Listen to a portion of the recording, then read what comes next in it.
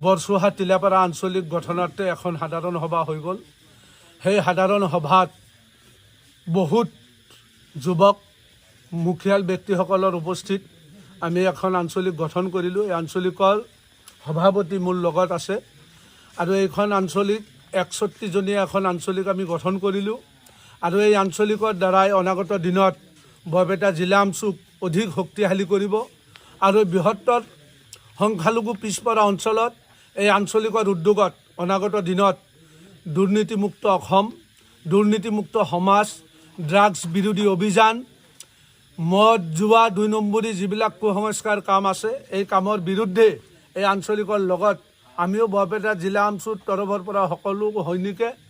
একত্ৰিতভাৱে আমি একেলগে কাম কৰিম আৰু এইখন আঞ্চলিকৰ উদ্যোগত বৃহত্তৰ অঞ্চলৰ যিবিলাক দুৰ্নীতি হৈ আছে সেই দুৰ্নীতিৰ বিৰুদ্ধে এই আঞ্চলিকে মাৰ বান্ধি থিয় দিব। স্কুল কলেজৰ শিক্ষা ভালকৈ তেওঁলোকে দিছে না নাই সেইবিলাকো এই আঞ্চলিকৰ জৰিয়তে সেইবিলাকো আমি পৰ্যালোচনা কৰি আৰু সেইসকল স্কুল কলেজসমূহ আমি পৰিদৰ্শন কৰিম। শিক্ষাৰ ক্ষেত্ৰত আমাৰ যিহেতু আমচুৰ শ্লোগান হৈছে ঘৰে ঘৰে শিক্ষা তেতিয়াহে ৰক্ষা, গতিকে আমি অসম আৰু অসমীয়া কলা সংস্কৃতিৰ স্বাৰ্থত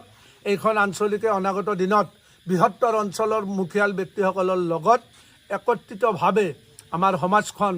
আগুৱাই লৈ যোৱাৰ ক্ষেত্ৰত বলিষ্ঠ ভূমিকা পালন কৰিব আৰু বৰপেটা জিলা আমচুৰ সভাপতিৰ পৰা আৰম্ভ কৰি উপসভাপতি, কেন্দ্ৰীয় সমিতিৰ সদস্য আৰু বৰপেটা জিলা আমচুৰ সহকাৰী সম্পাদক এইসকল উপদেষ্টা ৰহিদুল সিকদাৰ ডাঙৰীয়াও আমাৰ লগত আছে। গতিকে আমি আজি এটা বৰপেটা জিলাৰ বৃহত্তৰ এটা টীম উপস্থিত থাকি এই বৰষুণৰ বতৰত তথাপিও আমাৰ আজিৰ সভাখনত বৃহৎ সংখ্যক যুৱক উপস্থিত থাকি আজি আমাৰ এই কমিটিখন গঠন কৰা হ'ল। এই কমিটিৰ দ্বাৰাই অনাগত দিনত সংখ্যালঘু অধ্যুষিত অঞ্চলত সংখ্যালঘু মানুহৰ বিপদৰ মুহূৰ্তত সন্মুখৰ পৰা নেতৃত্ব দি এই অঞ্চলৰ সংস্কৃতিবান এখন সমাজ গঠন কৰাৰ ক্ষেত্ৰত আগভাগ ল'ব বুলি আমাৰ আশা আৰু ভৰসা। অসম সংখ্যালঘু ছাত্ৰ আমচুৰ বৰপেটা জিলা সমিতিৰ অন্তৰ্গত বৰচুলা